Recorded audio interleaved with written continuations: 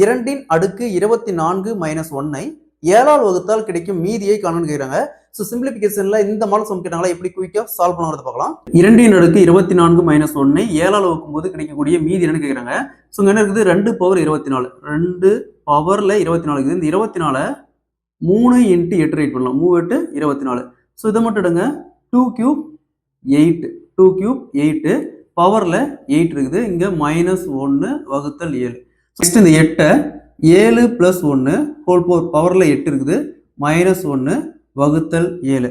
So பாருங்க, இந்த 7க்கு 7 அப்படியே டைரெக்டாக கேன்சல் பண்ணிக்கலாம். நெக்ஸ்ட் என்ன இருக்குது, 1 இருக்குது. 1 பவர் 8 -1. 1க்கு மேலே பவரில் என்ன வேல்யூ இருந்தாலும் சரி = 1 தான். -1 = 0.